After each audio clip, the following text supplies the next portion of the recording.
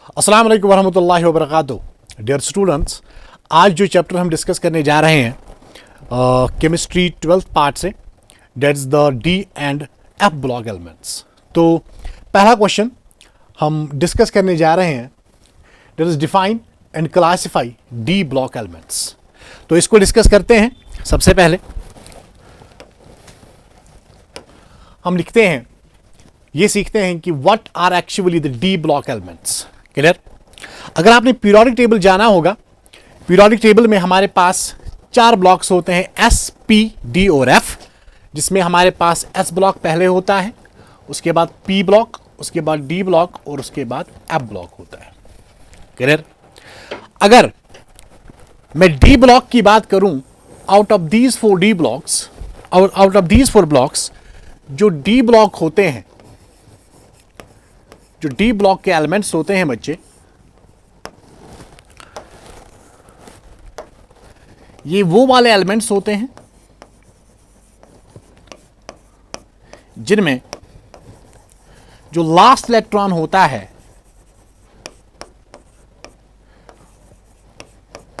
वो एंटर होता है इनटू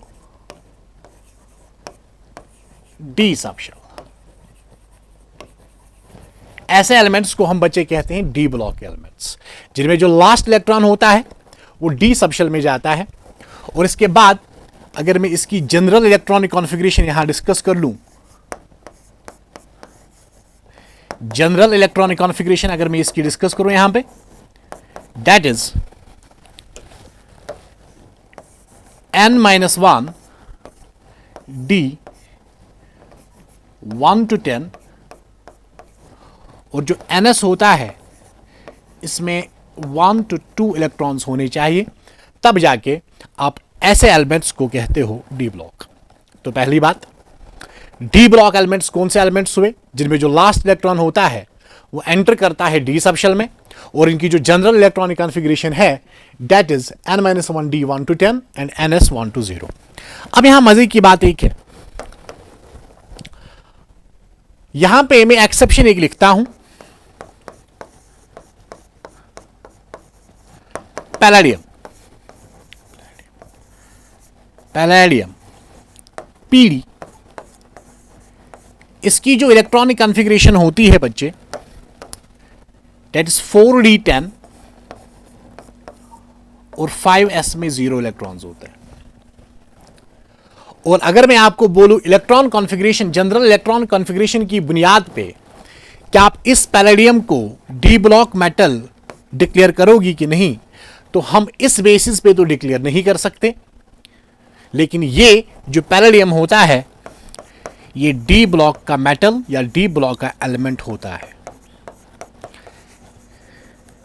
क्या इससे हम ये बात जान सकते हैं कि general electronic configuration is not the only criteria that can decide the fate of a element whether that belongs to the S, P, D और एफ? क्योंकि यहां से palladium belongs to the D block category, लेकिन इसके S subshell में 0 electrons हैं, जबकि इसमें होने चाहिए थे 1 to 2। तो general electronic configuration is not the only factor that can decide कि ये वाला जो पैलेडियम एलिमेंट है ये डी ब्लॉक को बिलोंग करेगा कि नहीं। लेकिन हमारी एनसीईआरटी में ऐसा दिया गया है कि आप जनरल इलेक्ट्रॉनिक कॉन्फ़िगरेशन को डिस्कस कर लो, तो हम उसे बाय नेचर डिस्कस करते हैं। अब अगर हम यहां पे लिखते ns 0 to 2, तब हमें एक्सेप्शन लिखने की जरूरत नहीं थी, लेकिन जो हमारी एनसीईआरटी है उस एनसीईआरटी में जो लिखा गया है electronic configuration, that is ns 1 to 2। तो इस स्टेटमेंट के अकॉर्डिंग हम पैलेडियम को एज एक्सेप्शन ही लेके चलेंगे with respect to the general electronic configuration. But मैं रिपीट कर रहा हूं, general electronic configuration is not the only criteria that can decide the fate of the element whether it belongs to a particular block और not. Clear? तो this is the general electronic configuration D block की, और ये वो वाले elements होते हैं जिनमें लास्ट इलेक्ट्रॉन एंटर होता है डी सबशेल में। क्या मैं यहां पे और एक चीज यहां पे फोकस और एक चीज यहां पे डिस्कस करूं? जो डी ब्लॉक के मेटल्स होते हैं या डी ब्लॉक के एलिमेंट्स बच्चे होते हैं, ये होते हैं मेटल्स। पहली बात, ये सारे के सारे होते हैं मेटल्स। क्लियर? दूसरी बात, इनमें हमसे पूछा जाएगा कॉइनेज मेटल्स कौन से होते हैं, मतलब वो वाले मेटल्स जिनको आप यूज करते हो in the formation of coins, जो अपने लस्टर को लूज नहीं करते। तो इसमें हम एग्जाम्पल जोड़ सकते हैं कॉपर, सिल्वर एंड गोल्ड। ये ऐसे मेटल्स डी ब्लॉक के होते हैं जिनको आप यूज करते हो एज अ कॉइनेज मेटल्स। इसके बाद हमसे पूछा जाएगा कि नोबल मेटल्स कौन से होते हैं, नोबल मेटल्स कौन से होते हैं डी ब्लॉक में। तो आप सेम चीज यही करो, आप यही लिखो कॉपर, सिल्वर, गोल्ड, इसमें आप मरकरी ऐड कर सकते हो, etcetera etcetera. Actually noble metals वो होते हैं जो वेरी लेस रिएक्टिव होते हैं, ये लेस रिएक्टिव होते हैं, और जाहिर सी बात है वही मेटल्स लेस रिएक्टिव होंगे जो इलेक्ट्रोकेमिकल सीरीज में हाइड्रोजन के नीचे लाई करेंगे। तो जनरली ये वाले जो होते हैं metals, these lies below hydrogen in electrochemical series. This is important. तो हमसे जब पूछा जाएगा नोबल मेटल्स कौन से हैं, ऑब्वियसली वो वाले मेटल्स ही होंगे, वो वाले मेटल्स ही होंगे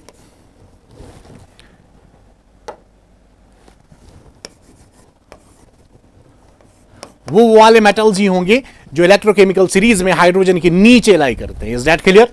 तो ये था हमारे पास डी ब्लॉक के लिए कुछ इंपॉर्टेंट पॉइंट्स जिनकी रिक्वायरमेंट होती है ताकि आप बोर्ड एग्जाम में अच्छे से अपने मार्क्स गेन कर सकते हो। आगे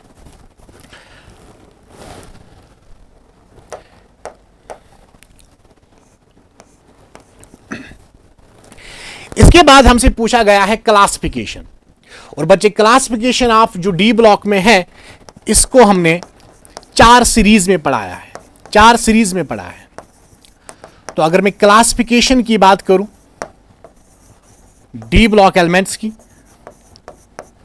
तो इसमें बच्चे हमें एक होती है 3D सीरीज, दूसरी होती है 4D सीरीज, उसके बाद होती है 5D सीरीज और होती है 6D सीरीज। 6D सीरीज हम ज्यादा नहीं पढ़ते, लेकिन 3D, 4D और 5D सीरीज बहुत ही ज्यादा इंपॉर्टेंट है। And out of 3D, 4D, 5D सबसे ज्यादा इंपॉर्टेंट सीरीज जो है that is a 3D series. Clear? तो क्लासिफिकेशन हमारे पास 3D सीरीज आती है, 4D सीरीज आती है, 5D सीरीज आती है और 6D सीरीज आती है। और मैं फिर से बोल के चलूं, जो 6D सीरीज है ये ज्यादा इंपॉर्टेंट नहीं है, आप अपना फोकस 3D, 4D और 5D सीरीज में बनाए रखो और यहां से क्वेश्चन पूछने के मैक्सिमम चांसेस है। क्लियर? आगे जाते हैं। तो जो पहला क्वेश्चन हमारे पास था डिफाइन, इसमें हमने डी ब्लॉक को डिफाइन किया पहली बात, और क्लासिफाई किया डी ब्लॉक एलिमेंट्स को। अब ये डी ब्लॉक एलिमेंट्स को क्लासिफाई करने का और एक तरीका भी है, यहां पे मैं लिखता हूं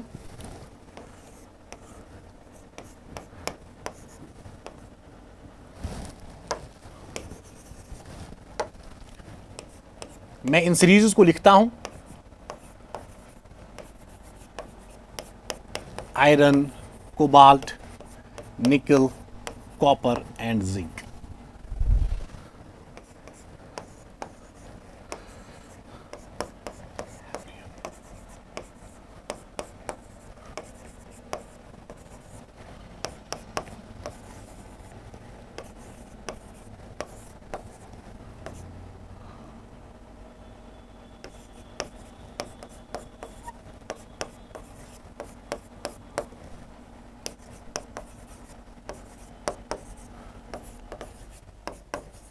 तो यहां पे मैंने 3D सीरीज लिखी, ये 4D सीरीज है और ये 5D सीरीज है। 3D सीरीज में जो लास्ट इलेक्ट्रॉन होता है वो एंटर होता है डी सबशेल में, और 4D सीरीज में जो लास्ट इलेक्ट्रॉन होता है वो एंटर होता है 4D सबशेल में, और जो 5D सीरीज में जो लास्ट इलेक्ट्रॉन है वो 5D सबशेल में एंटर होता है। क्लियर बात?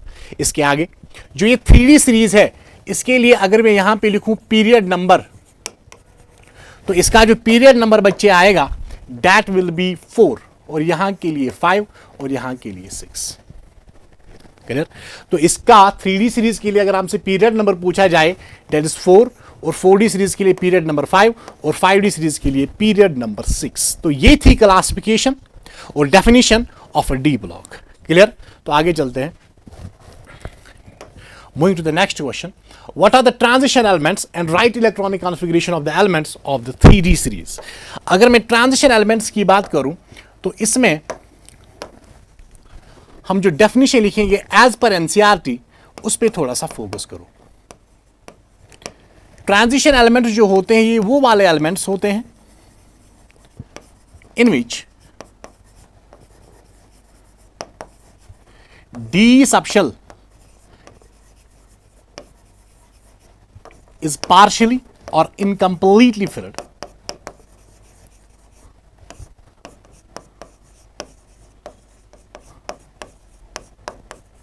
D subshell is partially or incompletely filled, उनको आप कहते हो ट्रांजिशन मेटल्स। लेकिन मजे की बात यह है, अगर आप यहां पे देखोगे, यहां पे हमने लिया है जिंक, कैडमियम और मरकरी। जिंक का एटॉमिक नंबर है 30। आगे जब आप देखोगे जिंक का एटॉमिक नंबर है 30। और यहां पे फोकस करो, अगर मैं जिंक की बात करूं, अच्छा मोर इंपॉर्टेंट यहां पे और एक चीज लिखते हैं, elements in which d subshell is partially or incompletely filled in its ground state,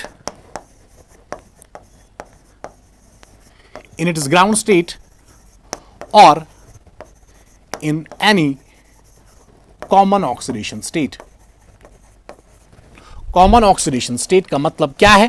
जब भी कोई एलिमेंट डी ब्लॉक का कोई कंपाउंड बनाएगा, उसमें उसकी जो कॉमन ऑक्सीडेशन स्टेट रहेगी, उसमें जो ऑक्सीडेशन स्टेट रहेगी, जो कॉमनली कंपाउंड्स बनाएगा कोई मेटल, उसे हम कहेंगे कॉमन ऑक्सीडेशन स्टेट। तो सबसे पहली बात, ट्रांजिशन एलिमेंट्स कौन से हुए? ये वो वाले एलिमेंट्स हैं जिनमें डी सबशेल पार्शियली या इनकम्प्लीटली फिल्ड होगी, और साथ में कहां पे? इन its ground state or in any common oxidation state. याद रखो, अगर मैं जिंक की बात करूं या कैडमियम की बात करूं या मरकरी की बात करूं, अगर ये अपने ग्राउंड स्टेट्स में हम ले, तो जो जिंक है या जो हमारे पास कैडमियम है या जो हमारे पास मरकरी है सॉरी, जिंक की जो इलेक्ट्रॉनिक कॉन्फ़िगरेशन आती है वो मैं लिखूंगा यहां पे, दैट विल बी आर्गन, उसके बाद 4s2 और 3d10। क्लियर? और जब मैं कैडमियम की इलेक्ट्रॉनिक कॉन्फ़िगरेशन लिखूं, यह आएगा 5s2 4d10 और यह आएगा 6s2 5d10।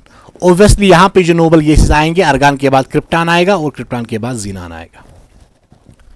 मुझे जो फोकस कराना है आपको वो इस बात पे है, वो इन बातों पे है। अब ध्यान से देखो, अगर मैं यहां S की बात करूं तो S में 2 इलेक्ट्रॉन्स है और D में 10 इलेक्ट्रॉन्स है। यहां पे भी D में 10 इलेक्ट्रॉन्स है, यहां पे भी D में 10 इलेक्ट्रॉन्स है कि नहीं? और यहां पे हमने क्या बोला, वो वाले एलिमेंट्स जिनमें D सबशेल पार्शियली या इनकम्प्लीटली फिल्ड हो, उनको आप बोलोगे ट्रांजिशन एलिमेंट्स। तो मुझे बोलो, क्या जिंक, कैडमियम और मरकरी में जो ये डी ऑर्बिटल डी सबशेल है, क्या ये इनकम्प्लीटली पार्शियली फिल्ड है, कंप्लीटली फिल्ड है?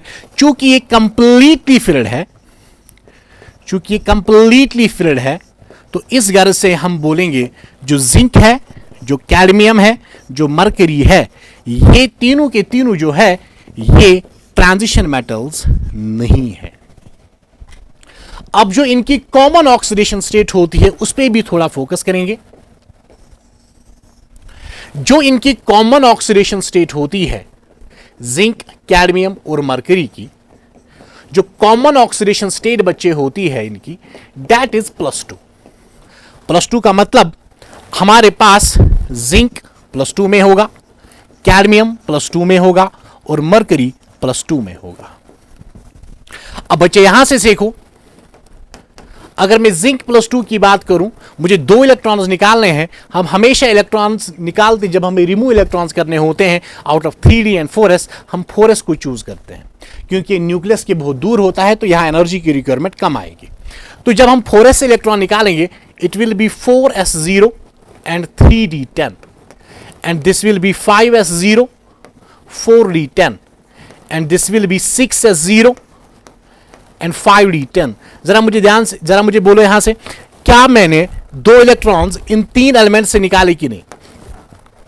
जब मैंने दो इलेक्ट्रॉन्स यहां से निकाले, यहां से भी निकाले, यहां से भी निकाले, फिर भी यहां पे डी सबशेल में 10 इलेक्ट्रॉन्स, यहां पे भी 10 इलेक्ट्रॉन्स, यहां पे भी 10 इलेक्ट्रॉन्स, तो फिर भी जब मैंने दो इलेक्ट्रॉन जिंक, कैडमियम और मरकरी से निकाले, इवन दो, ये फिर भी इस ट्रांजिशन एलिमेंट्स की डेफिनेशन में फॉल नहीं होता, क्योंकि अभी भी इसके डी सबशेल कंप्लीटली फिल्ड है और पार्शियली और इनकम्प्लीटली फिल्ड नहीं है। और इस वजह से हम जिंक, कैडमियम, मरकरी को, चाहे ये अपनी ग्राउंड स्टेट में हो या ये अपनी कॉमन ऑक्सीडेशन स्टेट में हो, ये फिर भी नहीं कहलाते transition metals, even though these are D block metals, लेकिन इनकी प्रॉपर्टी ट्रांजिशन एलिमेंट्स की कैटेगरी में फॉल नहीं होती। Is that clear?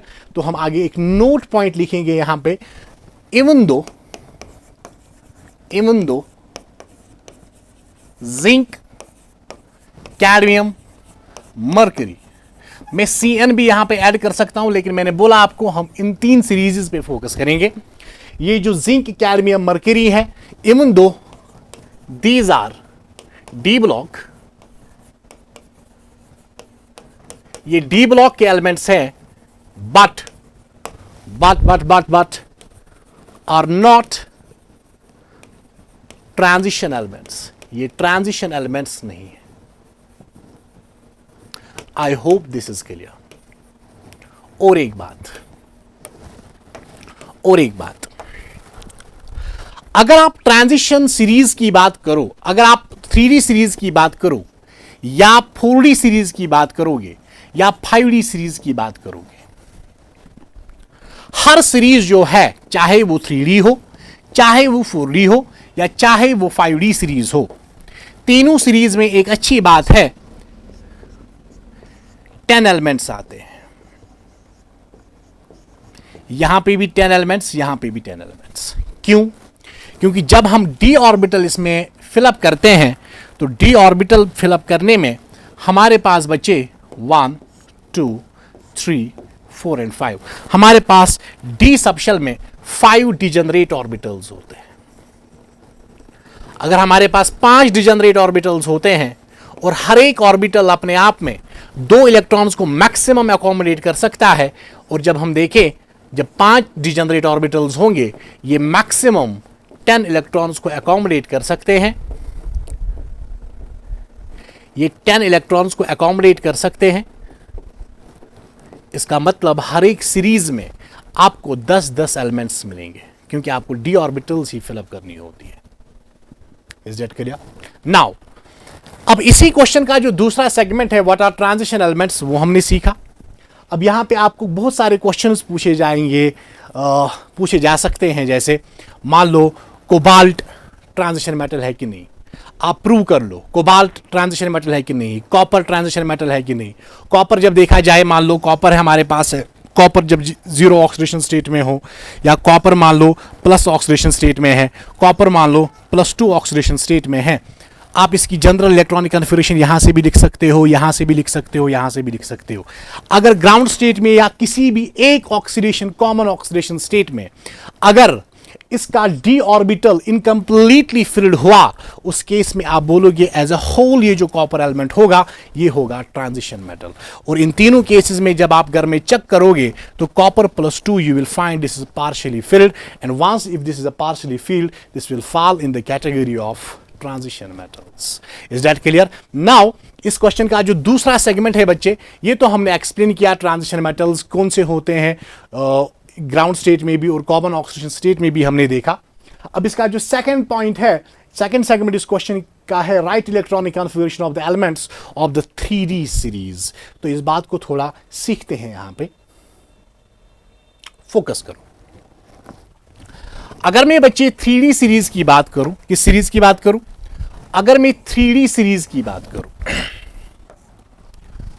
अगर मैं 3D सीरीज की बात करूं, 3D सीरीज में हमारे पास स्कैंडियम होता है, टाइटेनियम होता है, वेनेडियम होता है, क्रोमियम होता है और मैग्नीज होता है। इसी तरह हम यहां पे देखेंगे आयरन होता है, कोबाल्ट होता है, निकल होगा, कॉपर होगा और होगा जिंक। ये जो स्कैंडियम बच्चे हैं इसका एटॉमिक नंबर है 21, टाइटेनियम का है 22, वेनेडियम का 23, क्रोमियम का 24 और मैग्नीज का 25। सिमिलरली आयरन का बच्चे होगा 26, कोबाल्ट का 27, निकल का 28, कॉपर का 29 और जिंक का होगा 30। मुझे इसकी इलेक्ट्रॉनिक कॉन्फ़िगरेशन लिखनी है तो ऑब्वियसली यहां पे आएगा आर्गन जिसका एटॉमिक नंबर 18 होता है, उसके बाद 4s2, 18 + 2 हुए 20, उसके बाद 3d होगा और 3d में एक इलेक्ट्रॉन आएगा स्कैंडियम के केस में।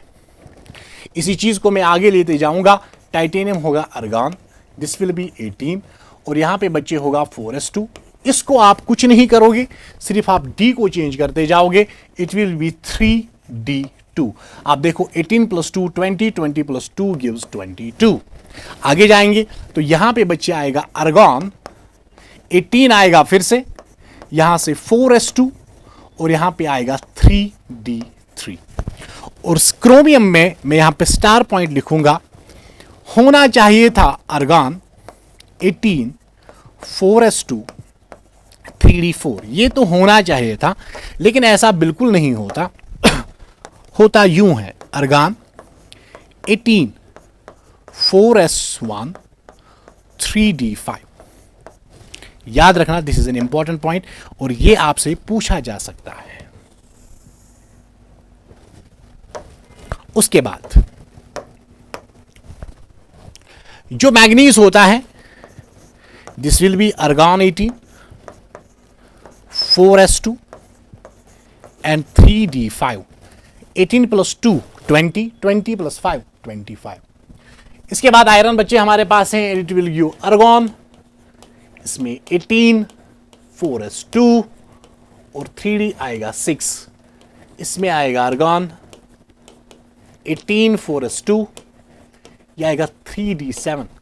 निकल में आएगा आर्गन 18 4s2 3d8 और यहां पे कॉपर वाले केस में होना चाहिए था आर्गन 18 4s2 3d9, लेकिन ऐसा बिल्कुल नहीं होता। यहां पे जो आपको मिलेगा date will be argon 18 4s1 और 3d10। इस वाले पॉइंट को भी आप फोकस में रखोगे। नाउ जो लास्ट वाला है zinc, that is argon 18 4s2 and 3d10। Is that clear? तो ये था electronic configuration of 3d series. इसमें आप बच्चे यहां पे क्रोमियम वाले केस में और कॉपर वाले केस में बहुत ही ध्यान रखोगे। होना चाहिए था ये वाला, लेकिन ऐसा बिल्कुल भी नहीं होता, ऐसा होता है। ऐसा बिल्कुल भी नहीं होता, ऐसा होता है, क्योंकि यहां पे फुल्ली फिल्ड इलेक्ट्रॉनिक कॉन्फ़िगरेशन आती है और यहां पे एग्जैक्ट हाफ इलेक्ट्रॉनिक कॉन्फ़िगरेशन आती है। आपको बताने की जरूरत नहीं होगी, आपको ये हम पहले से ही पता होगा। तो यहां पे फुल्ली फिल्ड इलेक्ट्रॉनिक कॉन्फ़िगरेशन की वजह से एक्सेप्शन आती है और यहां पे भी फुल्ली फिल्ड इलेक्ट्रॉनिक कॉन्फ़िगरेशन की वजह से इसका जो ट्रेंड था नॉर्मल, वो थोड़ा सा चेंज होता है। Clear? Now moving ahead, explain the following properties associated with the transition metals. This is the damn important, बहुत ही ज्यादा इंपॉर्टेंट है मेरे बच्चे। तो इधर आपको बहुत सारी चीजों पे फोकस करना है। जैसे कि मैंने यहां पे लिखा है, हमारे पास कौन कौन सी ऐसी चीज है जिसको हमें डिस्कस करना है इसमें। ये कुछ प्रॉपर्टीज है which are associated with the transition metals, जैसे variation in atomic size in 3d series, melting point, boiling point, और यहां पे आप और एक चीज ऐड कर लो, एंथैल्पी ऑफ वेपराइजेशन। उसके बाद density of d block metals elements, variable oxidation state, magnetic property, formation of coloured ions, catalytic properties and alloy formation. इन सारी चीजों पे आपको फोकस करना है। नाउ मैं सबसे पहले जो लेता हूं that is the variation in atomic size in 3d series. अब देखो क्या होता है, मैं यहां पे लिखता हूं scandium, titanium, vanadium, chromium, manganese, iron, cobalt, निकल, कॉपर एंड जिंक। ध्यान से देखो, ये है 3D सीरीज। मुझे इसमें एटॉमिक साइज की वेरिएशन देखनी है, तो वेरिएशन दिखाने के लिए हम यहां से स्टार्ट करते हैं, कुछ यू जाते हैं। Wait wait wait wait wait wait,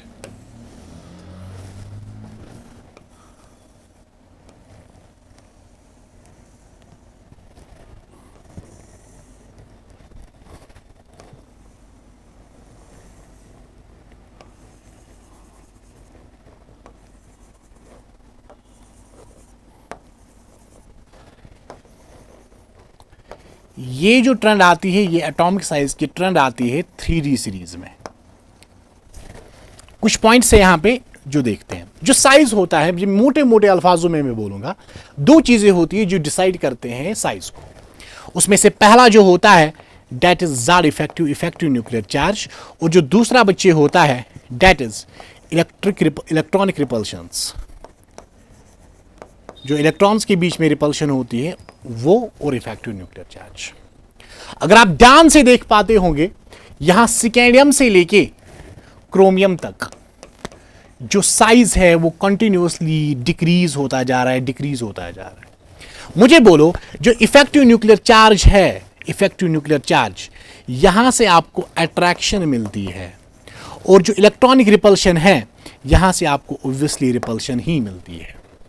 अगर आप यहां से लेके यहां तक देखोगे, आपको एक ट्रेंड नजर आएगी, यहां से लेके यहां तक आपको दूसरी ट्रेंड नजर आएगी, और बच्चे यहां से लेके यहां तक आपको तीसरी ट्रेंड नजर आ रही होगी। अब चीजों को सिंपल बनाने के लिए थोड़ी सी चीज, एक दो चीजें मैं बोलूंगा, उस पर फोकस कर लो। अगर यहां से लेके यहां तक साइज डिक्रीज होता जा रहा है, विच इंप्लाइज, ये इस बात की दलील होगी, जो इफेक्टिव न्यूक्लियर चार्ज होगा, this will be more dominant than electronic repulsions. That is the reason, जो इफेक्टिव न्यूक्लियर चार्ज का मैग्नीट्यूड बड़ा होने की वजह से, जो यहां से लेके स्कैंडियम से लेके क्रोमियम तक जो साइज है बच्चे, वो साइज डिक्रीज होता जा रहा है।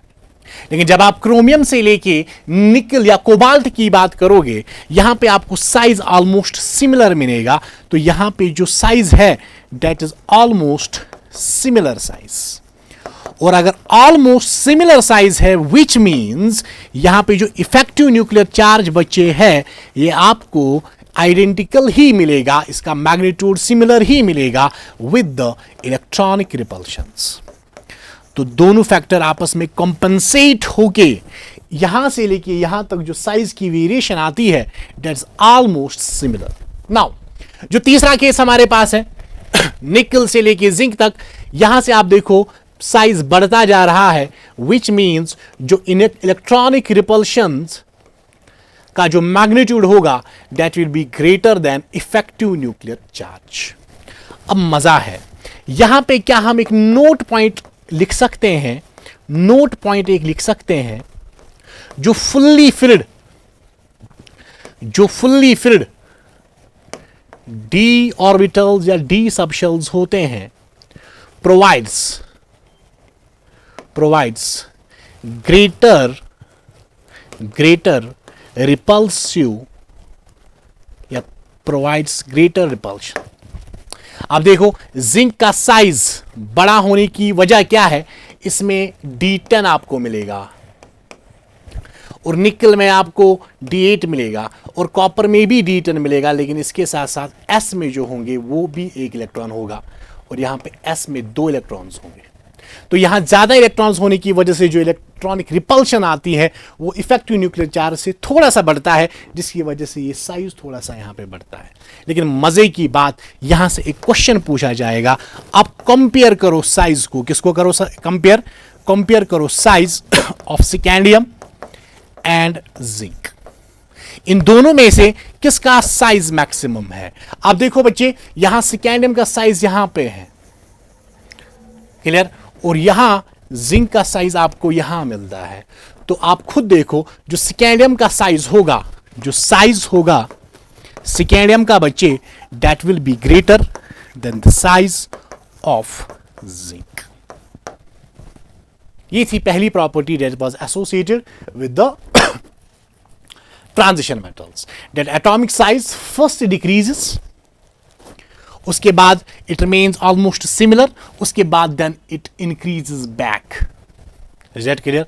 लेकिन जितना ये इंक्रीज होने का मैग्नीट्यूड है, जितना इंक्रीज होने का मैग्नीट्यूड है बच्चे, वो डिक्रीज होने के मैग्नीट्यूड से कम है। Is that clear? Now, moving ahead, this was the first property that was the variation in atomic size in the 3D series. I think this is clear. Now, moving to the next one. Melting point, boiling point and enthalpy of vaporization. यहाँ पे मैंने एक graph बना के रखा है. This is the melting point graph with the atomic number Z. ध्यान देना, मैं दो चीजें बोलूंगा, उन दो चीजों को याद रखोगे आप और आपके तीनों फैक्टर सॉल्व हो जाएंगे यहां से। जो मेल्टिंग पॉइंट होता है, चाहे मैं बॉइलिंग पॉइंट, चलो मैं मेल्टिंग पॉइंट की बात पहले करता हूं। मेल्टिंग पॉइंट पहले आप ये बात देखो, जो मेल्टिंग पॉइंट का जो ऑर्डर आएगा वो एग्जैक्टली सेम मिलेगा बॉइलिंग पॉइंट के ऑर्डर से, और वही हमारे पास एंथैल्पी ऑफ वेपराइजेशन का ऑर्डर होगा। और ये जो तीनों के तीनों फैक्टर्स है, these are directly proportional to the strength of metallic bond या मेटालिक बॉन्डिंग। जितनी ज्यादा स्ट्रॉन्ग मेटालिक बॉन्डिंग होगी, उतना ज्यादा मेल्टिंग पॉइंट होगा, उतना ज्यादा बॉइलिंग पॉइंट होगा, उतनी ही ज्यादा एंथैल्पी ऑफ वेपराइजेशन होगी। और यहां पे फिर हमें सीखने वाली बात क्या है इस कॉन्सेप्ट से, ये जो मेटालिक बॉन्ड होता है ये होता क्या है, तो इसको थोड़ा सा देखते हैं हम, ताकि हमें चीजें अच्छे से जहन में बैठे। अगर मैं बच्चे मेटालिक बॉन्ड की बात करता हूं, किसकी बात करता हूं? मेटालिक बॉन्ड की। Metallic bond is actually the force of attraction between kernel and valence electrons, and this is directly proportional to number of unpaired electrons. जितने ज्यादा होंगे उतना ज्यादा force of attraction between kernel and valence electrons होगा, और जितना ज्यादा force of attraction between kernel and valence electrons होगा, उतना ही ज्यादा स्ट्रॉन्ग मेटालिक बॉन्ड होगा, और जितना स्ट्रॉन्ग मेटालिक बॉन्ड होगा, उतना ही मेल्टिंग पॉइंट ज्यादा होगा, बॉइलिंग पॉइंट ज्यादा होगा, और एंथैल्पी ऑफ वेपराइजेशन ज्यादा होगा। और अगर आप यहां पे देखना चाहोगे तो यहां पे टाइटेनियम में scandium titanium, this is D2, vanadium D3, this is D5, this is again D5, this is D6, this is D6। तो यहाँ पे जो आपके पास अनप्योर इलेक्ट्रॉन्स आएंगे, यहाँ पे 2, 3, यहाँ पे 5 और S का 1, तो यहाँ पे 6 आते हैं, और यहाँ पे भाई साहब आपके पास 5 आते हैं। यहाँ से आपके पास अनप्योर इलेक्ट्रॉन 4 ही आते हैं। सिमिलरली और कॉपर में तो कोई नहीं होता, यहाँ पे S में 1 होता है बस, D में तो कोई होता ही नहीं है, इसीलिए इसका मेल्टिंग पॉइंट सबसे कम। और सबसे strong melting point maximum peak पे जो है दैट इज क्रोमियम, क्योंकि इसमें maximum number of unpure electrons होंगे, तो स्ट्रॉन्ग मेटालिक बॉन्डिंग ये दिखाएगा, जिसकी वजह से मेल्टिंग पॉइंट, बॉइलिंग पॉइंट और enthalpy of vaporization B strong होगा। और मैग्नीज में D5 है, और आयरन में D6 कॉन्फिगरेशन से 4 अनप्योर इलेक्ट्रॉन्स आते हैं। तो यहां अगर 4 अनप्योर इलेक्ट्रॉन्स आते हैं और मैग्नीज वाले केस में 5 अनप्योर इलेक्ट्रॉन्स आते हैं, तो ये पॉइंट ऑफ डिस्कशन है why iron lies top and why manganese lies at the bottom out of these two. तो यहां पे D5 की जो इलेक्ट्रॉनिक कॉन्फ़िगरेशन होती है, that is a stable electronic configuration, और स्टेबल इलेक्ट्रॉनिक कॉन्फ़िगरेशन की वजह से इसका जो इलेक्ट्रॉन C होगा वैलेंस इलेक्ट्रॉन का, वो पूरा डिलोकलाइज्ड नहीं होगा, जिसकी वजह से स्ट्रॉन्ग मेटालिक बॉन्ड आपस में नहीं बनेगा, और जिसकी वजह से मेल्टिंग पॉइंट इसका कम आएगा as compare to iron and chromium. Is that clear? Now ये था मेल्टिंग पॉइंट, इसमें हमने ये पॉइंट पढ़ा, ये आप लिखोगे, बात खत्म। आगे density of d block elements. अगर मैं डेंसिटी की बात करूं, अगर मैं बच्चे डेंसिटी की बात करूं, density of d block metals या एलिमेंट्स, चाहे आप 3D सीरीज की बात करो, चाहे आप 4D सीरीज की बात करो, चाहे आप 5D सीरीज की बात करो, increases from left to right. Left to right. जैसे density is actually mass upon volume. और यहां पे दो चीजें हैं जिन दो फैक्टर्स पे हम डेंसिटी को सीख सकते हैं। एक होता है मोलर मास और दूसरा होता है एटॉमिक साइज। और अभी अभी हमने देखा इस वाली स्लाइड से जो एटॉमिक साइज है वो डिक्रीज होता जा रहा है। तो हम यहां पे लिखेंगे atomic size decreases from left to right, और मोलर मास तो इंक्रीज ही होता है from left to right. Is that clear? Now अब इस बात को देख लो, अगर एटॉमिक साइज डिक्रीज होता जा रहा है फ्रॉम लेफ्ट टू राइट तो size is related with the volume. Volume कम होने की वजह से डेंसिटी इंक्रीजेस, ऑब्वियसली आपका मास पहले से ही इंक्रीज होता जा रहा है। तो यहां पे जब आप डी ब्लॉक में चाहे 3D 4D और 5D सीरीज की बात करोगे, when you go from left to right, जो डेंसिटी का मैग्नीट्यूड होगा that will definitely goes increases from left to right. और इसका रीजन मैंने इन दो फैक्टर से बोला जिसको हमने relate density is equal to mass upon volume से किया। और एक बात हमसे पूछा जाएगा, आप कंपेयर करो density between zinc and copper. अभी अभी मैंने आपको बोला था, मैंने size density size of scandium बोला था that is greater than the size of zinc. इसका मतलब जो वॉल्यूम स्कैंडियम का होगा that will be greater than the volume of zinc. तो जो डेंसिटी होगा वो स्कैंडियम का वॉल्यूम ज्यादा है तो इसकी डेंसिटी जो होगी, density of scandium that will be less than density of zinc. Is that clear? क्योंकि यहां वॉल्यूम कम होने की वजह से हम बोलेंगे साइज कम है, तो साइज स्कैंडियम का कम है। आप यहां पे देखो, सॉरी साइज जिंक का कम है। अगर जिंक का साइज कम है तो इसकी डेंसिटी मैक्सिमम आएगी और स्कैंडियम की डेंसिटी जो बच्चे आएगी वो कम आएगी। Is that clear? नाउ और एक क्वेश्चन हमसे पूछा जा सकता है, आप हमें बोलो लोवेस्ट डेंसिटी किसकी होती है, तो इसमें आप लिखा करो स्कैंडियम, क्योंकि स्कैंडियम का साइज सबसे टॉप पे है। आपसे पूछा जाएगा हाईएस्ट डेंसिटी डी, मैं डी ब्लॉक्स की बात करता हूं, डी ब्लॉक में हाईएस्ट डेंसिटी किसकी होगी, तो आप ऑस्मियम की बोलो 22.51 ग्राम पर मिलीलीटर, और इरिडियम की होती है 22.61 ग्राम पर मिलीलीटर। समझ में आया? This is osmium and this iridium. Is that clear? तो ये हुआ था, ये है डेंसिटी। नाउ इसके बाद बच्चे हमारे पास है exhibition of variable oxidation states. Simple, क्योंकि जब हम डी ब्लॉक्स को फिल करते हैं, जब हम मेटल्स को फिल करते हैं, मेटल्स की इलेक्ट्रॉनिक कन्फिगरेशन हमने जो अभी हमने सीखी उसमें हम डी ऑर्बिटल्स को फिल करते हैं। सिकेंडियम में D1, टाइटेनियम में D2, वैनेडियम में D3, क्रोमियम में D5, मैग्नीज में D5, आयरन में D6, उसके बाद कोबाल्ट में D7, निकल में D8, इसी तरह कॉपर में D10, जिंक में D10। ये सारी चीजें जो है ये हमने अभी देखी। With the increase in atomic number D orbitals में इलेक्ट्रॉन्स बढ़ते ही जा रहे हैं, बढ़ते ही जा रहे हैं। नाउ मुझे बोलो, जो ये वेरिएबल ऑक्सीडेशन स्टेट्स का एग्जिबिशन है by D block metals, this is due to the partially filled D orbitals. और यहां पे भाई साहब पहली बात हम यहां पे लिखेंगे due to partially filled d orbitals,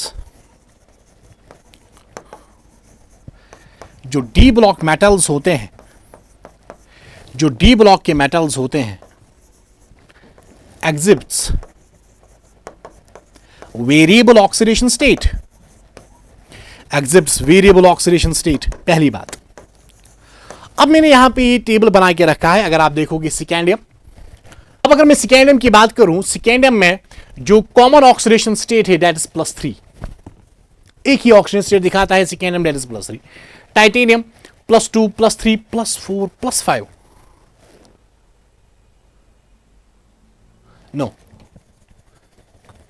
यहां पे +4, उसके बाद वैनेडियम में ऐसा +2, +3, +4, +5, क्रोमियम +2, +3, +4, +5, +6, मैग्नीज +2, +3, +4, +5, +6, +7, यहाँ पे +2, +3, +4, +5, +6, इसी तरह कॉपर +2, +3, जिंक +2। इन सब चीज़ों को आप देख लो, ये बस देखने की चीज़ है। आप बस देखो, जो मुझे यहाँ पे समझाना है उस पर थोड़ा सा फोकस कर लो। यहां पे जो क्वेश्चन आता है ना इस टेबल से, जो सबसे अच्छा क्वेश्चन होता है, आपसे पूछा जाएगा कि आप किसी भी कंपाउंड का नेचर डिपिक्ट कर लो। जैसे मैंने यहां पे दो कंपाउंड्स लिए हैं, वन जो मैंने कंपाउंड यहां पे लिया है दैट इज MnO, और यहां पे लिया है मैंने MnO3, दिस इज MnO3। इन दोनों में से आपसे पूछा जाएगा कि इन दोनों में से मुझे बोलो आयनिक कंपाउंड कौन सा होगा और कोवैलेंट कंपाउंड कौन सा होगा। तो इस बात को जहन में रखो, इस बात को जहन में रखो। जैसे अगर मैं मैग्नीज की एग्जांपल लेता हूं, जो पहली लोअर ऑक्सीडेशन स्टेट्स होती हैं जैसे +2 है, +3 है, और उसके बाद जो हायर ऑक्सीडेशन स्टेट्स है जैसे +4, +5, +6 और +7 है, यहां पे हम ऐड कर सकते हैं जो लोअर ऑक्सीडेशन स्टेट्स है, लोअर ऑक्सीडेशन स्टेट्स, ये बनाते हैं आयनिक कंपाउंड्स, और जो हायर ऑक्सीडेशन स्टेट्स है, वो बनाते हैं कोवैलेंट कंपाउंड्स। अगर मैं यहां से आपको अभी बोलूं इस वाले क्वेश्चन का आंसर करो, क्या आप कर सकते हो? MnO में जो मैग्नीज की ऑक्सीजन स्टेट आएगी दैट विल बी +2, लेकिन MnO3 में जो मैग्नीज की ऑक्सीजन स्टेट आएगी that will be +6, corresponding to the +2 oxidation state of manganese, that is the lower oxidation state. उसके बल पे हम यहां पे लिखेंगे दिस वाला, ये वाला जो कंपाउंड होगा this will be the ionic compound, and MnO3 this will be the covalent one, this will be the covalent compound. पहली बात, due to the partially filled d orbitals हमारे पास वेरिएबल ऑक्सीडेशन स्टेट का exhibition होता है bye d block metals. दूसरी बात, जो लोअर ऑक्सीडेशन स्टेट्स होते हैं वो बनाते हैं आयनिक कंपाउंड्स, जो हायर ऑक्सीडेशन स्टेट्स होते हैं वो बनाते हैं हमारे पास कोवैलेंट कंपाउंड्स। इस पे हमने एक क्वेश्चन भी किया जिस पे हम ये दिखा सकते हैं कि अगर हमारे पास MnO है, ये लोअर ऑक्सीडेशन स्टेट्स में है, तो ये आयनिक कंपाउंड बनाएगा, और जो दूसरा कंपाउंड MnO3 है, ये अपनी हायर ऑक्सीडेशन स्टेट में मैग्नीज प्रेजेंट है, तो ये जो कंपाउंड बनाएगा that will be definitely the covalent compound. Is that clear? Now moving to the next slide, name the transition metals which does not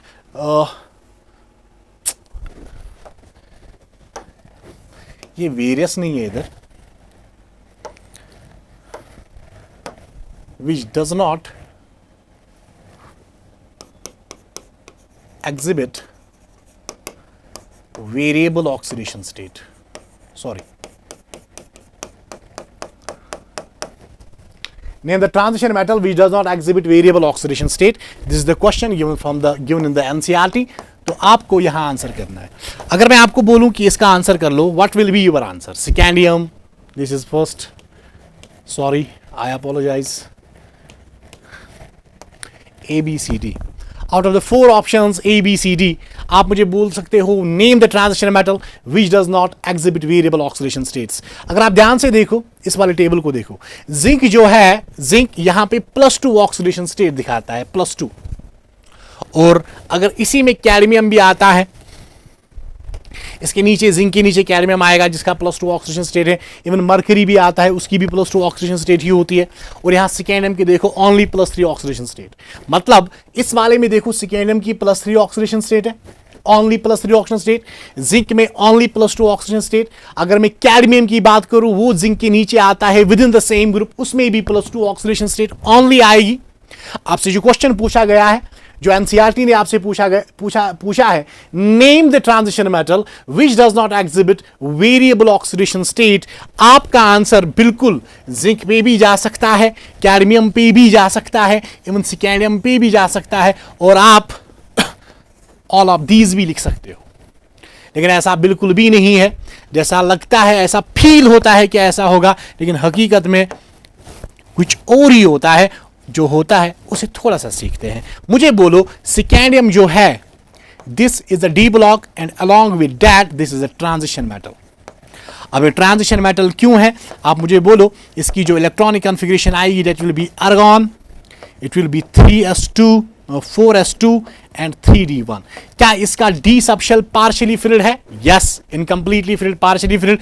अगर पार्शियली फिल्ड है तो this will be the transition metal. Is that clear? Good. अगर आप zinc की बात करोगे बच्चे, और साथ में अगर आप कैडमियम की बात करोगे, जिंक की इलेक्ट्रॉनिक कॉन्फ़िगरेशन आएगा आर्गन, और साथ में आर्गन इट विल बी 18, उसके बाद आएगा 4s2, it will B 3d10, and similarly अगर आप कैडमियम की बात करोगे it will B xenon, it will be krypton 5s2 and 4d10। फिर से मैं बोलूं, आप यहां से देखो, क्या डी सबशेल कंप्लीटली फिल्ड है? यस। तो इनको आप नॉट ट्रांजिशन मेटल्स बोलोगे। ये ट्रांजिशन एलिमेंट्स बिल्कुल भी नहीं है। अगर ये ट्रांजिशन एलिमेंट्स नहीं है तो हमारी एनसीईआरटी ने हमसे जो क्वेश्चन पूछा है इसमें इसने हाईलाइट किया है ट्रांजिशन मेटल्स को। तो इन तीनों में से ट्रांजिशन मेटल एक ही है, दैट इज मिस्टर स्कैंडियम। तो मिस्टर स्कैंडियम अगर है तो यहां पे हम टिक मारते हैं। Is that clear? क्या आपको बात समझ में आ रही है? वेरी गुड, आई होप कि समझ में आई होगी। बाकी आप जानो मैग्नेटिक प्रॉपर्टीज।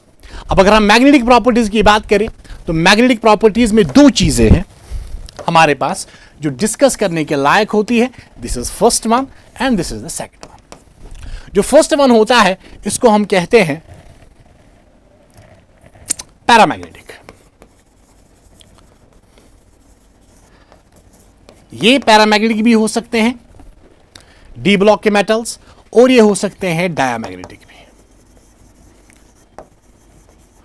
अगर ये बच्चे पैरामैग्नेटिक हुए इसका मतलब ये कलर्ड भी होते हैं, इनमें अनप्योर इलेक्ट्रॉन्स प्रेजेंट होते हैं। Unpure electrons are present,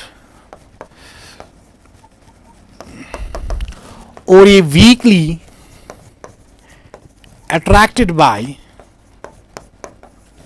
magnetic field. Magnetic field में आप किसी भी पैरामैग्नेटिक सब्सटेंस को रखो, उसकी वीकली अट्रैक्शन होगी टुवर्ड्स द मैग्नेटिक फील्ड। और अगर हम डायामैग्नेटिक मटेरियल की बात करें, ये होते हैं weakly repelled by magnetic field. और दूसरी बात, इसमें no unpure electrons are present. इसमें अनप्योर इलेक्ट्रॉन्स बच्चे नहीं होते, ये कलरलेस भी होते हैं मोस्ट ऑफ द टाइम्स। और एक बात 1 2 3 1 2 3। और एक बात, यहां पे जो सुपिन मैग्नेटिक मूवमेंट होता है, सुपिन मैग्नेटिक मूवमेंट जो बच्चे होता है इज नॉन जीरो। लेकिन जो यहां पे सुपिन मैग्नेटिक मूवमेंट होता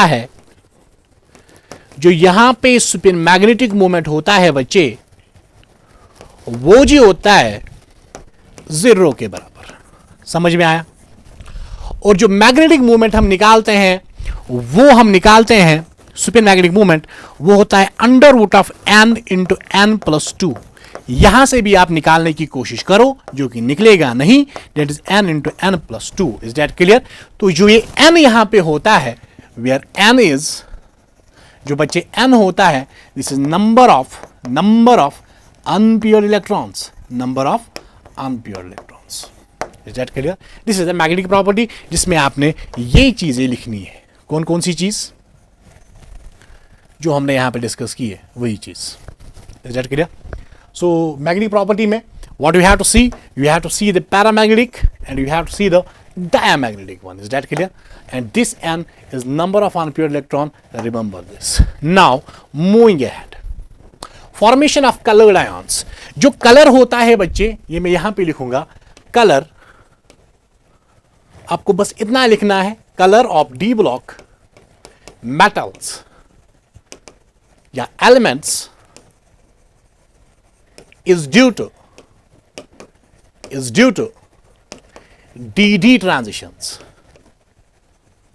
dd transitions की वजह से T2G से लेके EG, उसकी वजह से डी ब्लॉक एलिमेंट जो होते हैं उनमें कलर होता है। जैसे अगर मैं सिकेंडियम की बात करूं, सिकेंडियम होता है कलरलेस। पहली बात, सिकेंडियम 3+ होता है कलरलेस, क्योंकि इसमें बचेगा आर्गॉन 18, 4s में 0, 3d में 0, डी इलेक्ट्रॉन है ही नहीं, तो ये कोई ट्रांजिशन दिखाएगा ही नहीं। नाउ टाइटेनियम +4, ये भी बच्चे होता है कलरलेस। अगर ये कलरलेस हुआ कैसे, आर्गॉन, ये भी बचेगा 4s 0 और 3d 0, क्योंकि इसमें टाइटेनियम +4 है, डी इलेक्ट्रॉन कोई है ही नहीं तो डी ट्रांजिशन दिखाएगा नहीं। जब डी ट्रांजिशन के लिए दिखाने के लिए डी इलेक्ट्रॉन का होना पहले ज़रूरी है, जब वो है ही नहीं तो ये कलरलेस होगा। लेकिन अगर आप टाइटेनियम +3 की बात करो बच्चे, ये होता है purple colour.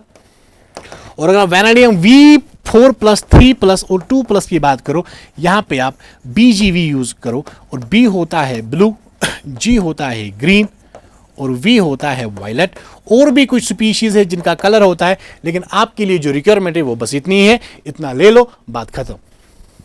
Moving ahead, catalytic properties, very अच्छी बात। कैटालिटिक प्रॉपर्टीज में क्या है, इसमें एक नोट पॉइंट लिखते हैं पहले, due to variable oxidation states, due to variable oxidation states, जो डी ब्लॉक के मेटल्स है, D block metals are having superb catalytic activities या कैटालिटिक, ये देखो catalytic abilities. Variable oxidation states की वजह से जो डी ब्लॉक के मेटल्स बच्चे होते हैं उनमें जो कैटालिटिक एबिलिटीज होती है वो डेवलप होती है due to what, variable oxidation states. जैसे अगर मैं कॉन्टैक्ट प्रोसेस की बात करूं, कॉन्टैक्ट प्रोसेस में हम बनाते हैं H2SO4, तो यहां पे फॉर्मेशन लिखता हूं। कॉन्टैक्ट प्रोसेस में बच्चे हम बनाते क्या है, sulphuric acid H2SO4। Haber's process में हम क्या बनाते हैं, NH3 अमोनिया। ऑस्टवर्ड्स प्रोसेस में हम क्या बनाते हैं, nitric acid HNO3। And hydrogenation of oils, you know, hydrogenation of oils में जो आप कैटलिस्ट यूज करते हो दैट इज निकल। और अगर आप कॉन्टैक्ट प्रोसेस की बात करो तो इसमें जो आप कैटलिस्ट यूज करते हो दैट इज, कॉन्टैक्ट प्रोसेस में जो आप कैटलिस्ट यूज करते हो दैट इज V2O5। और यहां पे जो कैटलिस्ट यूज करते हो हैबर्स प्रोसेस में आप आयरन यूज करते हो एज ए कैटलिस्ट, और यहां पे आप कैटलिस्ट यूज करते हो PT platinum. Is that clear? So this is the question जो कैटालिटिक प्रॉपर्टीज में था। आपको बस इतना लिखना है, due to the variable oxygen states d block metals are having superb catalytic abilities. फिर मैंने कुछ एग्जांपल्स यहां पे ली, contact process, Haber's process, Ostwald's process and hydrogenation of oils. जो कॉन्टैक्ट प्रोसेस है इसमें फॉर्मेशन किसकी होती है, H2SO4 sulphuric acid. By using the catalyst यहां पे जो कैटलिस्ट आप यूज करते हो वैनेडियम पेंटॉक्साइड V2O5, यहाँ पे आयरन, यहाँ पे प्लैटिनम और यहाँ पे बच्चे निकल आप यूज करते हो हाइड्रोजनेशन ऑफ ऑयल्स में। नाउ एलॉय फॉर्मेशन, एलॉयज बच्चे आप दो मेटल्स के बीच में बनाते, दो मेटल्स आपस में एलॉय बना सकते हैं सिंपली। यहाँ पे हम लिखते हैं एलॉयज आर फॉर्म्ड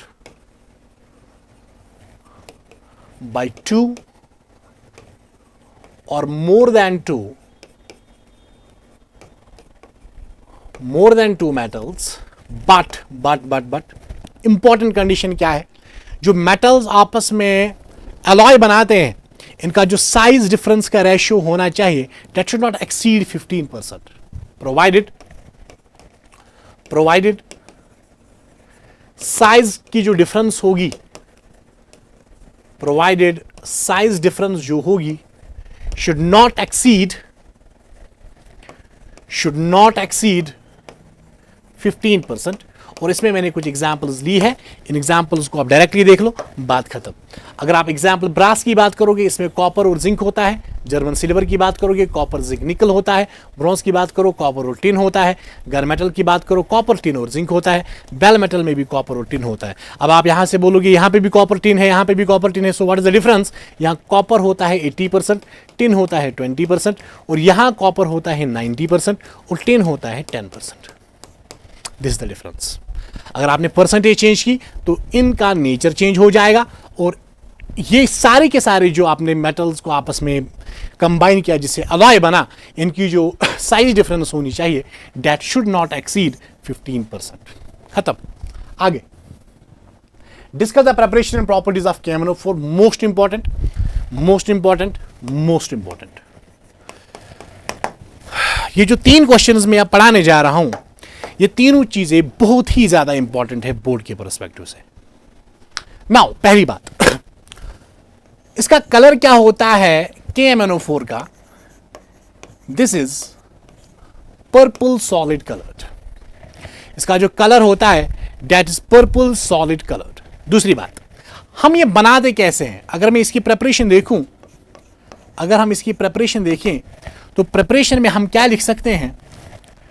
प्रिपरेशन में हम क्या लिख सकते हैं? फ्रॉम पायरोल्यूसाइट ओर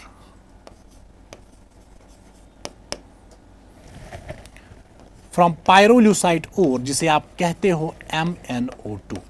तो जो MnO2 यहां पे बच्चे है, इसको हम लिखेंगे दिस इज पायरोल्यूसाइट ओर। पहली बात। आगे थोड़ा सा फोकस, इसको आप KOH के साथ ट्रीट करो या K2CO3 के साथ ट्रीट करो, अलॉन्ग विद O2 ऑक्सीजन, या KNO3 के साथ ट्रीट कर लो। आपको यहां से K2MnO4 मिलेगा, और ये जो K2MnO4 होता है इसको हम कहते हैं ग्रीन मास। क्या कहते हैं बच्चे? ग्रीन मास। और यहां साथ में बनता है वाटर।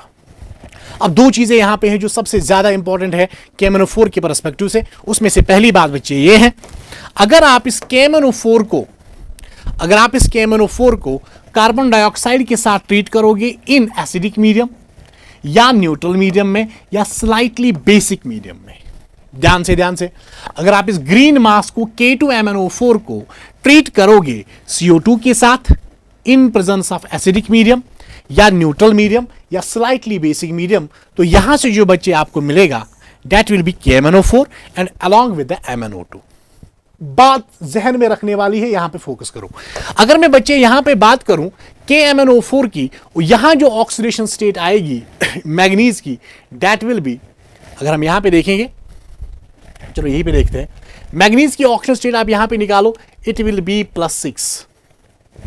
लेकिन जब आप यहां पे KMnO4 की ऑक्सीजन स्टेट निकालोगे, यहां मैग्नीज की ऑक्सीजन स्टेट आएगी बच्चे +7 के बराबर, और यहां पे जो आप मैग्नीज की ऑक्सीजन स्टेट निकालोगे that will B +4। Is that clear? Now अगर हम ग्रीन मास की बात करें, जहां पे मैग्नीज की ऑक्सीजन स्टेट +6 है, और इसको आप ट्रीट करा रहे हो कार्बन डाइऑक्साइड के साथ in acidic medium, neutral medium, basic medium, slightly basic medium, तो यहां पे आपको KMnO4 मिलता है जो आपको चाहिए, और साथ में आपको MnO2 पायरोल्यूसाइट और फिर से मिलता है। अब मजे की बात यहां पे देखो भाई, ये जो MnO2 है जिसे आप कंज्यूम करके KMnO4 जो बनाते हो, साथ में ये MnO2 पायरोल्यूसाइट और आपको फिर से दे रहा है एज अ बाय प्रोडक्ट, और यहां आप MnO2 को फिर से यूज कर सकते हो इस साइकिल में, and continuously you will be getting KMnO4 again and again. Now ये वाली जो रिएक्शन है ग्रीन मास की, आप फिर से देखो, यहां ऑक्सीजन स्टेट +6 है, और यहां पे जो बच्चे ऑक्सीडेशन स्टेट है दैट इज +7, और यहां पे है ऑक्सीजन स्टेट +4। तो यहां पे मैं दिखाता हूं आपकी +6 ऑक्सीडेशन स्टेट स्प्लिट हुई है दो डिफरेंट ऑक्सीडेशन स्टेट्स में, one is +7 and another is +4। जो पहली ऑक्सीडेशन स्टेट है जहां पे +7 में ये +6 की ऑक्सीजन स्टेट कन्वर्ट हुई है, इसको आप बोलोगे भाई साहब यहां हुई है ऑक्सीडेशन, क्या हुई है, और यहां +6 से +4 हुआ है, मींस यहां पे रिडक्शन हुई है। अब मुझे बोलो वो वाली रिएक्शन जहां पे ऑक्सीडेशन हो, साइमल्टेनियसली रिडक्शन भी हो, उसको हम कहते हैं redox reaction. Not only redox reaction, अगर एक ही सिंगल ऑक्सीडेशन स्टेट स्प्लिट होगी दो डिफरेंट ऑक्सीडेशन स्टेट्स में, एक की ऑक्सीडेशन दूसरे की रिडक्शन, तो ऐसी वाली रिडॉक्स रिएक्शन को हम फख्र से कहते हैं this is the auto redox reaction, या आप इसे कहोगे डिस्प्रपोर्शनेशन रिएक्शन। स्पेलिंग आप खुद से चेक करोगे, इसको कहते हैं डिस्प्रपोर्शनेशन रिएक्शन, या आप इसे बोलो ऑटो रिडॉक्स रिएक्शन। और यहां पे जब आप Cl2O3 यूज करोगे, this is an oxidising agent, तो यहां ऑक्सीडेशन होती है, तो आपको KMnO4 +6 से +7 में मिलेगा, और इसको ये कोई रिडॉक्स रिएक्शन नहीं है, this is simple oxidation reaction. यहां पे आप Cl2O3 ओजोन को यूज करते हो as an oxidising agent. Is that clear? So this was the KMnO4 की प्रिपरेशन। एक ये वाला मेथड था और दूसरा ये वाला मेथड था। अब ध्यान में रखने वाली बात, जो इसका कॉमर्शियल मेथड है, जो अल्कलाइन ऑक्सीडेटिव फ्यूजन होता है of MnO2 followed by the electrolysis, oxidation of K2, बला बला जो भी चीज़ें देख लो। हमारे पास मतलब बच्चे ऐसे होता है, हमारे पास सबसे पहले पायरोल्यूसाइट और MnO2 होता है।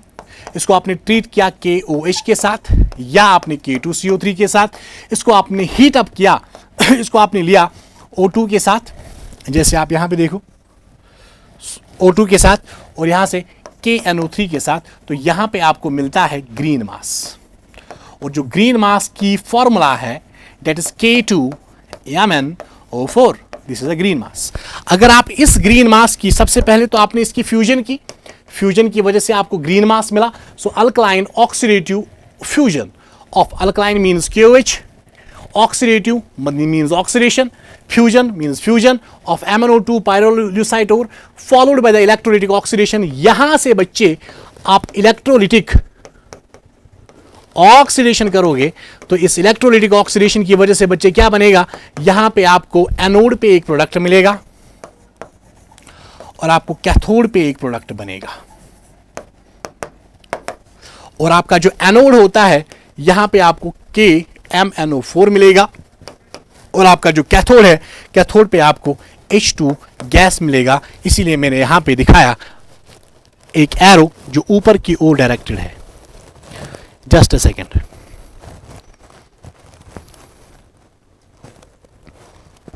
नाउ मूविंग अहेड, ये हुआ, this is clear. Now moving, अगर मैं परमैंगनेट आयन की बात करूं, यहां से दो चीजें आपको है जिस पे आपको फोकस करना है। एक होता है परमैंगनेट आयन, दूसरा होता है मैग्नेट आयन। ये क्वेश्चन आपसे पूछा जा सकता है, this is very very important. मैंने बोला ना, जो KMnO4 के केस में हर एक चीज है दैट इज मोस्ट इंपॉर्टेंट, बहुत ही ज्यादा इंपॉर्टेंट है। KMnO4, K2Cr2O7 में जो भी चीजें मैं यहां पे लिख रहा हूं। परमैंगनेट आयन MnO4, सबसे पहले आपको बोला जाएगा इसका स्ट्रक्चर बोलो। स्ट्रक्चर लिखना आसान है, Mn double bond O, double bond O, double bond O and O minus. अगर MnO4 माइनस की का स्ट्रक्चर लिखना हो, Mn double bond O, double bond O minus, O minus. Chemical bonding में सिखाऊंगा कि कैसे बनाते हैं आगे। ये जो होता है इसमें all bond lengths are equal, क्योंकि इसमें डिलोकलाइजेशन होती है, रेजोनेंस होती है, ड्यू टू आप लिखोगे रेजोनेंस। अभी रेजोनेंस दिखा नहीं सकते, अभी जो चीजें आपके लिए इंपॉर्टेंट है उस पर फोकस कर लो। यहां पे भी हम लिखेंगे all bond lengths are equal, हर एक बॉन्ड लेंथ यहां पे इक्वल है MN और O के बीच में। इसका जो स्ट्रक्चर होता है वो बच्चे होता है टेट्राहेड्रल, और जाहिर सी बात है अगर टेट्राहेड्रल है तो इसकी जो हाइब्रिडाइजेशन आएगी वो हाइब्रिडाइजेशन होती है sp3। In the similar way इसका जो स्ट्रक्चर होगा, इसका स्ट्रक्चर भी बच्चे टेट्राहेड्रल ही होगा, और इसका जो हाइब्रिडाइजेशन होगा that will be sp3। Is that clear? और इसमें भी all bond lengths are equal, और रीजन क्या आप लिखोगे, ड्यू टू रेजोनेंस। ये कुछ पॉइंट्स मैंने बोले permanganate ion and manganate ion के बीच में। नाउ इसके बाद आपसे एक शॉर्ट आंसर का एक क्वेश्चन पूछा जा सकता है, हीटिंग इफेक्ट ऑफ KMnO4 की रिएक्शन लिखो। और उसमें आपको करना क्या है, आपको बस लेना है KMnO4, इसको हीट करना है, आपको K2MnO4 मिलेगा जिसको आप नाम देते हो ग्रीन मास, और साथ में आपको पायरोल्यूसाइट और मिलेगा, और सबसे इंपॉर्टेंट आपको मिलेगा oxygen. Is that clear? This is the heating effect of KMnO4। Now moving ahead, अब इसका ऑक्सीडाइजिंग नेचर है। अब इसके ऑक्सीडाइजिंग नेचर पे थोड़ा सा फोकस हम करेंगे। Fe+2 जो है, अगर आप KMnO4 को लोगे इन एसिडिक मीडियम, ये Fe+2 को कन्वर्ट करेगा Fe+3 में। ऐसा क्यों?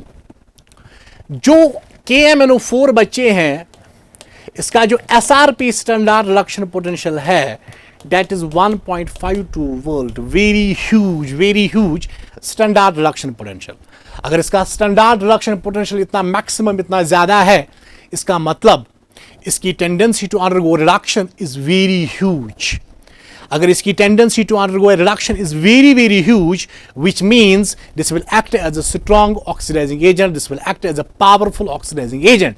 नाउ अगर ऐसा है, अगर मैं Fe+2 को ट्रीट करूं KMnO4 के साथ in the acidic medium, it will convert this Fe+2 to Fe+3. आप देखो, increase in oxygen state from +2 to +3 is a reflection of oxidation. Now अगर मैं S-2 की बात करूं, ये इसे सल्फर में ऑक्सीडाइज करेगा.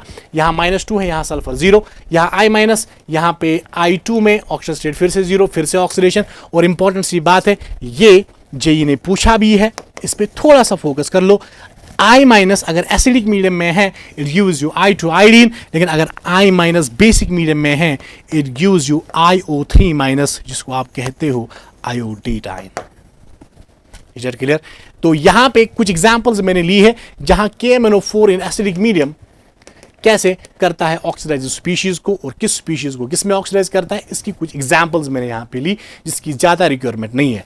नाउ इसके बाद हाँ, ये इंपॉर्टेंट है, KMnO4 जो बच्चे आपके पास है, अगर ये बेसिक मीडियम में है तो KMnO4 को कन्वर्ट करके देता है MnO4-2 में, न्यूट्रल मीडियम में MnO2 में, और एसिडिक मीडियम में Mn2+ में. जो चीज मुझे समझानी है उस चीज पे थोड़ा सा फोकस कर लो. अगर आप यहां ऑक्सीजन स्टेट देखोगे, मैग्नीज की +6 ऑक्सीडेशन स्टेट, और यहां KMnO4 में मैग्नीज में ऑक्सीजन स्टेट जो बच्चे आएगी, that will be the +7. Now यहां पे MnO2 में पायरोल्यूसाइट में Mn की ऑक्सीजन स्टेट +4 और Mn+2 में +2 ऑक्सीडेशन स्टेट. क्या मैं यहां पे लिख सकता हूं BNA? बेसिक मीडियम में जो चेंज इन ऑक्सीडेशन स्टेट होती है +7 से लेके +6, तो इसका जो N फैक्टर आएगा दैट विल बी 1. और अगर न्यूट्रल मीडियम की बात की जाए, +6 से जाता है +4 में, तो the N factor will be 3 of KMnO4 in basic medium, neutral medium. और अगर आप एसिडिक मीडियम की बात करोगे, +7 जो है ये +2 में ऑक्सीजन स्टेट होता है, तो इसका N फैक्टर जो बच्चे आएगा दैट विल बी 5. तो this will be surely a nice point. यहां पे आप क्या करोगे बच्चे, जो बेसिक मीडियम होगा, बेसिक मीडियम में आपके KMnO4 का N फैक्टर 1 आएगा, न्यूट्रल मीडियम में KMnO4 का N फैक्टर 3 आएगा, और एसिडिक मीडियम में KMnO4 का जो N फैक्टर बच जाएगा that will be equal to 5. Is that clear? So इसकी कुछ यूजेस है. Sorry, this is used as a bleaching agent for wool हो, कॉटन हो, सिल्क हो, इसके लिए आप यूज कर सकते हो as a bleaching agent. Alkaline KMnO4 is called as Baeyer's reagent. और ऑक्सीडाइजिंग एजेंट तो ये है ही, क्योंकि इसका SRP बहुत ही मैक्सिमम है 1.52. सिमिलरली हमारे पास है preparation of K2Cr2O7. Now from chromate ore से हम बनाते हैं K2Cr2O7 को, जिसकी फॉर्मूला FeOCr2O3, या आप FeCrO4 को याद रखोगे. इसी को हम रिएक्शन में लेंगे, दैट इज 4 टाइम्स FeCrO4, इसको 8 टाइम्स Na2CO3. ये आपको याद करना पड़ेगा भाई, इसमें मैं कुछ नहीं कर सकता हूं. प्लीज इस रिएक्शन को याद करो.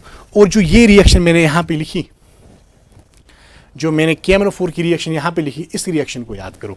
इसमें मैं कुछ नहीं कर सकता हूं, ये 2 रिएक्शंस आपको याद करनी है, बाकी सारी चीजें कॉन्सेप्चुअल है. नाउ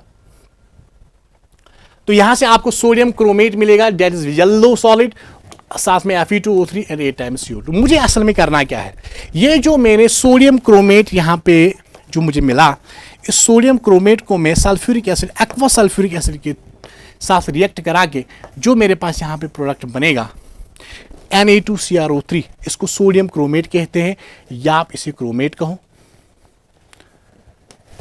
और ये होता है सोडियम डाइक्रोमेट. इसको आप KCl एक्वस के साथ रिएक्ट करके आपको जो मिलेगा दैट इज K2Cr2O7, जिसे आप कहते हो पोटेशियम डाई क्रोमेट. बात इंपॉर्टेंट है, बनाते कहां से हो, क्रोमेट ओर से. कैसे बनाते हो, बाय रोस्टिंग. इसकी आप करते हो रोस्टिंग. अब रोस्टिंग क्या है, वो वाला रोस्ट नहीं है. रोस्टिंग का मतलब होता है हीटिंग, लेकिन किससे, विद एयर सप्लाई. लेकिन जो भी आप हीट अप करोगे इस वाले केस में, ये बिलो मेल्टिंग पॉइंट होना चाहिए, क्योंकि अगर मेल्टिंग पॉइंट पे पहुंचा तो जो आपका क्रोमेट ओर होगा ये बेचारा क्रोमेट और इस सॉलिड फॉर्म में नहीं रहेगा।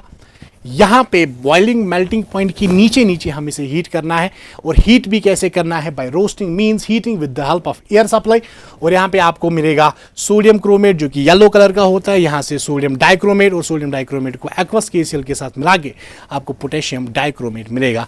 नाउ व्हाट इज इंपॉर्टेंट, अब जो पूरी की पूरी हमने यहाँ पे रिएक्शन लिखी, इसके बदले एक आसान सी चीज है उस पर फोकस कर लो। अगर मेरे पास क्रोमेट है और यहां पे बनता है डाइक्रोमेट, अगर आप एसिडिक मीडियम लोगे तो एसिडिक मीडियम में क्रोमेट कन्वर्ट होता है डाइक्रोमेट में, इंपॉर्टेंट है भाई। और अगर आपने बेसिक मीडियम लिया तो डाइक्रोमेट वापस बनता है, वापस कन्वर्ट होता है क्रोमेट में। इसका मतलब दिस इंटर कन्वर्जन, इसका मतलब दिस इंटर कन्वर्जन जो बच्चे है is not a redox change. अब आप बोलोगे सर ये रिडॉक्स रिएक्शन क्यों नहीं है, रिडॉक्स चेंज क्यों नहीं है? द रीजन इज सिंपल बच्चे, यहां पे देखो क्रोमियम की ऑक्सीडेशन स्टेट +6 आएगी और यहां पे भी क्रोमियम की ऑक्सीडेशन स्टेट +6 ही आएगी। अगर ऑक्सीडेशन स्टेट मेंटेन रही, वो चेंज हुई ही नहीं, इसका मतलब रिडॉक्स चेंज तो बिल्कुल है ही नहीं। बिकॉज जो ऑक्सीडेशन स्टेट है remains as such तो ये है क्या? This is just interconversion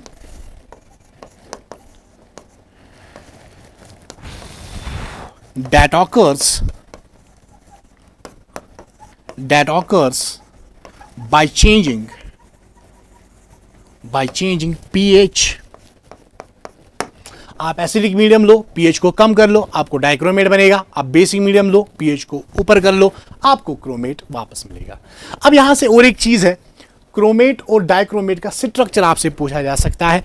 chromate जो बच्चे होता है that is CrO4-2 double bond O minus and O minus, और इसका जो स्ट्रक्चर आएगा CR double bond O minus double bond O minus double bond. इसमें आप लिखोगे all bond lengths are equal, और यहां पे आप लिखो ऑल जो टर्मिनल पे 6 क्रोमियम और ऑक्सीजन के बीच में बॉन्ड्स है आर इक्वल। और अगर आपसे पूछा जाए डाइक्रोमेट में ब्रिजिड बॉन्ड कोई है तो आप बोलना हाँ, ये वाला आपका ब्रिज बॉन्ड नजर आएगा जो दो क्रोमियम को आपस में मिलाता है, that is oxygen. Is that clear? Now इसकी ऑक्सीडाइजिंग प्रॉपर्टी, एक बात पहले, जो K2Cr2O7 है is less powerful oxidising agent than KMnO4। What is the reason? क्योंकि इसका जो SRP रिडक्शन पोटेंशियल है वो 1.52 वोल्ट से कम है। तो ये भी ऑक्सीडाइज करता है एसिडिक मीडियम में, C2O4 को CO2 में करेगा, S-2 को सल्फर में, I- को I2 में, SO3- को SO4- में। बात खत्म। Now moving ahead, what are F block elements? F block elements वो होते हैं बच्चे वो वाले एलिमेंट्स इन विच जो लास्ट इलेक्ट्रॉन होता है एंटर्स इनटू F सबशेल। पहली बात, इसकी जो जनरल इलेक्ट्रॉनिक कॉन्फ़िगरेशन बच्चे होती है वो होती है N-2 F14 N-1 D021 NS2 accept thorium. इसके बाद बच्चे जो एप ब्लॉक एलिमेंट्स होते हैं इसकी क्लासिफिकेशन अगर हम बात करें, क्लासिफिकेशन, तो हमारे पास दो सीरीज निकल के आती है। एक होती है 4F सीरीज और दूसरी होती है 5F सीरीज। जो बच्चे 4F सीरीज होती है ये सीरियम से लेके ल्यूटेशियम तक होती है, दिस इज 58 to 71। और जो 5F सीरीज होती है ये थोरियम से लेके लॉरेंशियम तक होती है, दिस इज 90 to 103। नाउ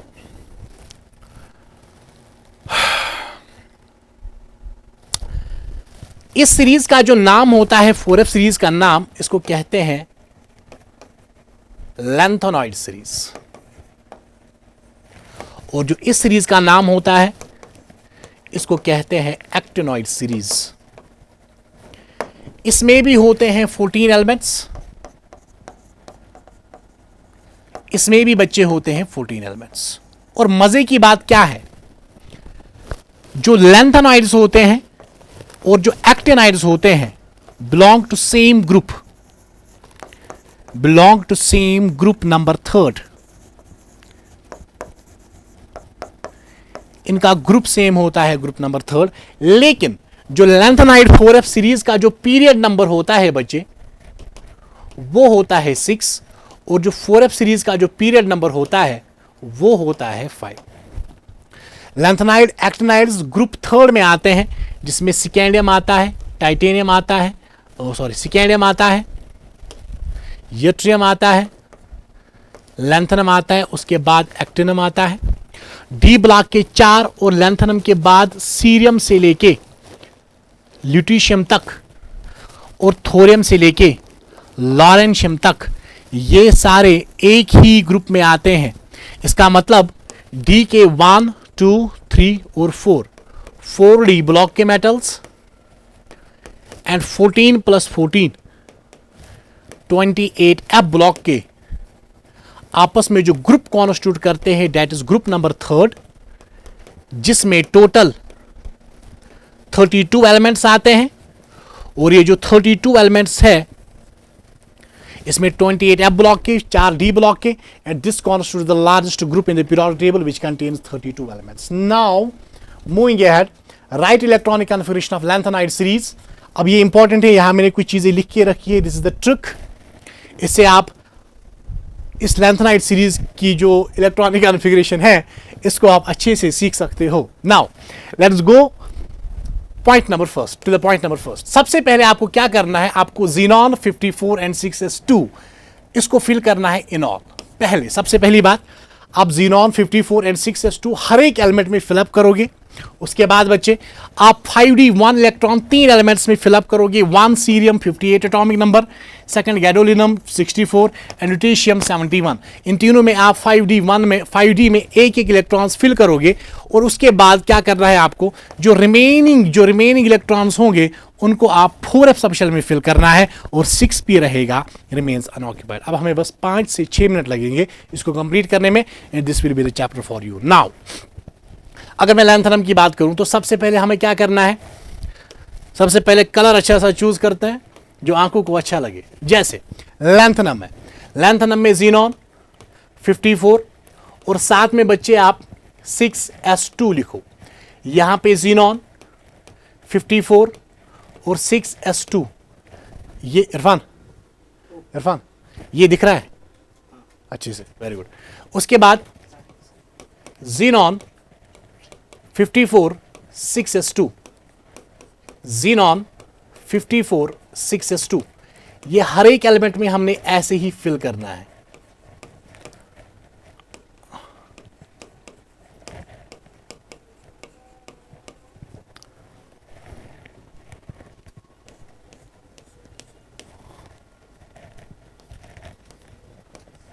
इसी तरह आप भी फिलअप करोगे।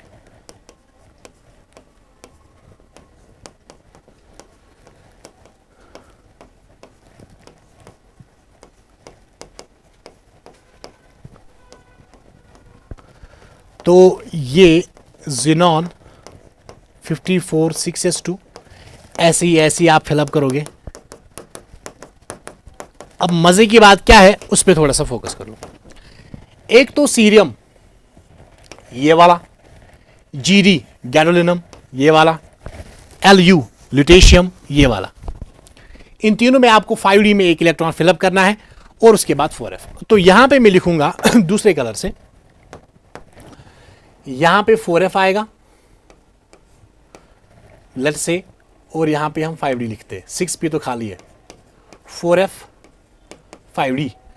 यहां लैंथेनम है, इसको छोड़ो, ये हमारा काम है ही नहीं, हमें सीरियम से लेके यहां तक जाना है। तो 4f में एक आएगा और 5d में आपको एक इलेक्ट्रॉन बनना है। क्योंकि मैंने पहले ही बोला सीरियम में एक इलेक्ट्रॉन भरोगे आप, और जीडी जो होगा इसमें 4f में जितने भी आएंगे वो बाद की बात है, लेकिन 5d में आप एक इलेक्ट्रॉन भरोगे। इसी तरह अगर मैं ल्यूटेशियम की बात करूं, यहाँ 4f में जितने भी इलेक्ट्रॉन भरोगे वो बाद की बात है, लेकिन 5d में एक इलेक्ट्रॉन आएगा। क्लियर? अब ध्यान से देखो, अब मुझे इसके बाद पीआर के देखना है जिसका एटॉमिक नंबर भाई 59 है, तो 4f आएगा 1 और 2। अब अगर मैं यहां पे लिखता आगे, यह था 4f1 4f2 5d1, लेकिन चूंकि यहां पे 5d में 0 है और मुझे टोटल इलेक्ट्रॉन चाहिए कितने 59, तो 54 और 2 कितना हुआ 56 और आप कितने यहां पे रखोगे, और ताकि आपका जो एटॉमिक नंबर 59 के बराबर आए। आप ही बोलो 54 + 2 कितने हुए 56, तो इसका मतलब 3 इलेक्ट्रॉन्स यहां पे आने चाहिए ताकि आप इसकी इलेक्ट्रॉनिक कन्फिगरेशन लिख सको। आगे आपको कुछ नहीं करना। इस वाले केस में भी 5d 0, इस वाले केस में भी 5d 0, इस वाले केस में भी 5d 0, इस वाले केस में भी 5d 0। बाकी में आप इलेक्ट्रॉन्स को फिल करते जाओ, 4f4 4f5 4f6 4f7। इसी तरह अगर आप आगे ले जाओगे इसे, फिर 4f0 है यहाँ पे, 4f7 के बाद 5d 0, अब इसके बाद 5d1 आपने पहले लिखा, तो यहाँ पे आएगा 4f7 5d1, और यहाँ पे आएगा 4f, चूंकि 5d में 0 सबसे पहले तो 4d9 यहाँ पे आएगा, 4f9 4f10 आएगा, 4f11 4f12 4f13 4f14, यहाँ पे 5d0 d0 5d0 5d0 4f14 5f1 14 + 1 this will be 15 15 + 2 17 and 17 + 54 it will be 7 + 4 it will be 1 5 1 this will be 71 this will be 71। clear? now ये इसकी electronic configuration थी, लेकिन इस electronic configuration के लिए आपको ये 4 रूल्स को देखना है। सबसे पहले आप फिल ज़ीनान को करोगे 54 and 6s2, उसके बाद 5d1 इलेक्ट्रॉन को फिल करोगे सीरियम गैडोलिनम और ल्यूटेशियम में, उसके बाद जो बचे हुए इलेक्ट्रॉन्स होंगे उसे 4f में भरोगे, और लास्ट में 6p remains unoccupied. Clear? Now moving ahead, explain the following lanthanide contraction, cause of lanthanide contraction and consequence of lanthanide contraction। एक ही स्लाइड में हम इसे कंप्लीट करने जा रहे हैं। Now let us look. lanthanide contraction होता है size of 4d series elements becomes similar to 5d series elements।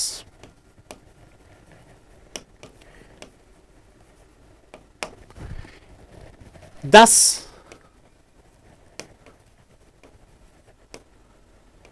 this contraction, एक सेकेंड में इसे ऐसे लिखता हूं,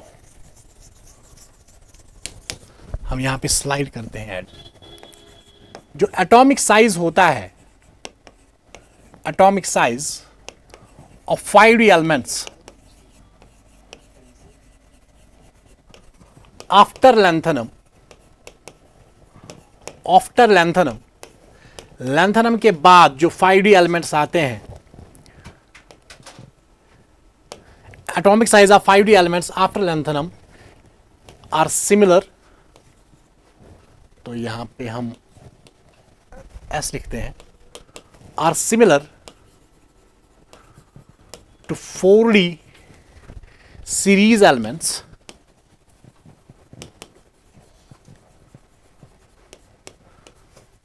by means of, या मैं यहां पे लिखूंगा due to contraction in size is called as lanthanide contraction। ये पहली बात। पॉइंट नंबर 2, ये पहला पॉइंट। काज क्या होता है इसका? काज ऑफ लैंथेनाइड कॉन्ट्रैक्शन क्या है, इसको थोड़ा सा देखते हैं। एक्चुअली आफ्टर लैंथनम अगर आप बात करो, we are having 14 elements. 14 elements जो होते हैं हमारे पास फ्रॉम सीरियम से लेके ल्यूटेशियम तक 58 to 71,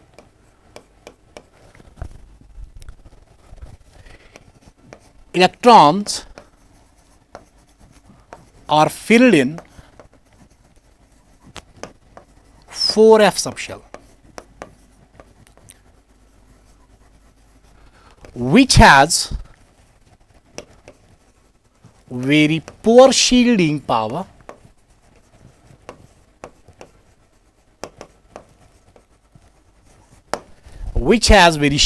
very poor shielding power. Thus, the nucleus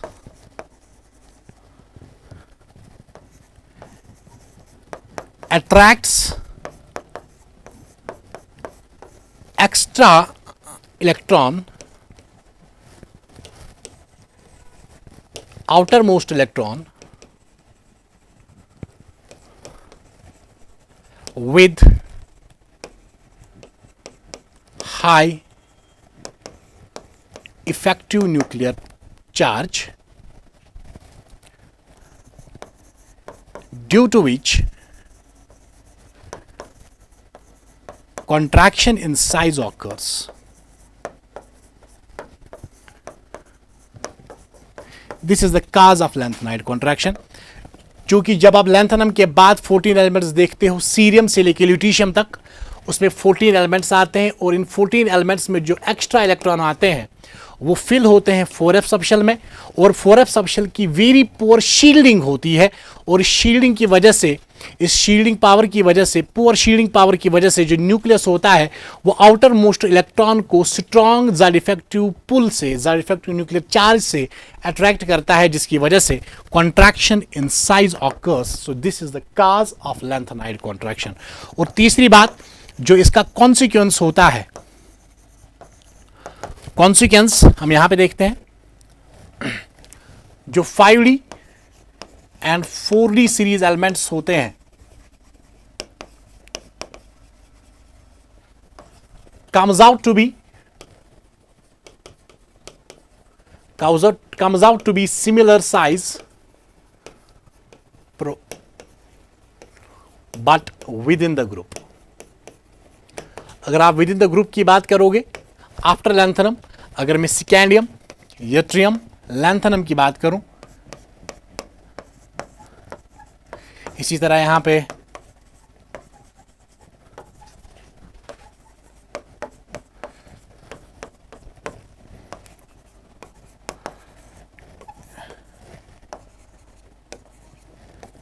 अगर मैं ऐसे कोई भी ग्रुप लूं, यहां से साइज ऐसे आएगा, स्कैंडियम का साइज छोटा होगा देन यट्रियम, यट्रियम का साइज छोटा होगा देन लैंथनम. बट अगर मैं लैंथनम के आगे जाऊं, जो यहां में टाइटेनियम, जिरकोनियम, हैफनियम की बात करूं, टाइटेनियम का साइज छोटा आएगा देन जिरकोनियम, दैट्स क्लियर. लेकिन इन दोनों का साइज जो होगा ये अप्रॉक्सीमेटली सेम होगा. तो ऐसे साइज आएगा, इनका साइज सेम आएगा, और इनका साइज जो सेम आता है, this is due to lanthanide contraction. क्योंकि यहां से लैंथनम के बाद जब आप हैफनियम जाते हो, दिस इज 72, दिस इज 57. जो बीच में होते हैं सीरियम से लेके ल्यूटीशियम तक 57 से लेके 71, 14 एलिमेंट्स आते हैं, इनमें 4f सबशेल में इलेक्ट्रॉन जाते हैं. जब 4f सबशेल में इलेक्ट्रॉन जाते हैं तो इनका वेरी पुअर शील्डिंग पावर की वजह से जो न्यूक्लियस होता है वो आउटर मोस्ट इलेक्ट्रॉन को स्ट्रॉन्ग फोर्स से अट्रैक्ट करता है, जिसकी वजह से साइज में कॉन्ट्रैक्शन आती है. और जिरकोनियम, हैफनियम, मोलिब्डेनम, टंगस्टन, इनमें जो साइज का जो वैल्यू आता है that comes out to be almost similar. और ये पहला कॉन्सिक्वेंस है. और दूसरा कॉन्सिक्वेंस जो बच्चे आता है, सेपरेशन लैंथेनाइड्स की बहुत ही डिफिकल्ट होती है. तो separation of lanthanides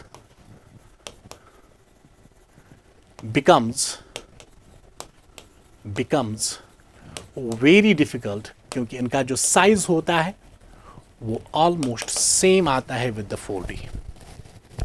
So this is all I am having from this chapter, the D and F block elements.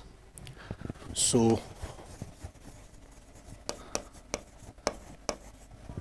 thank you.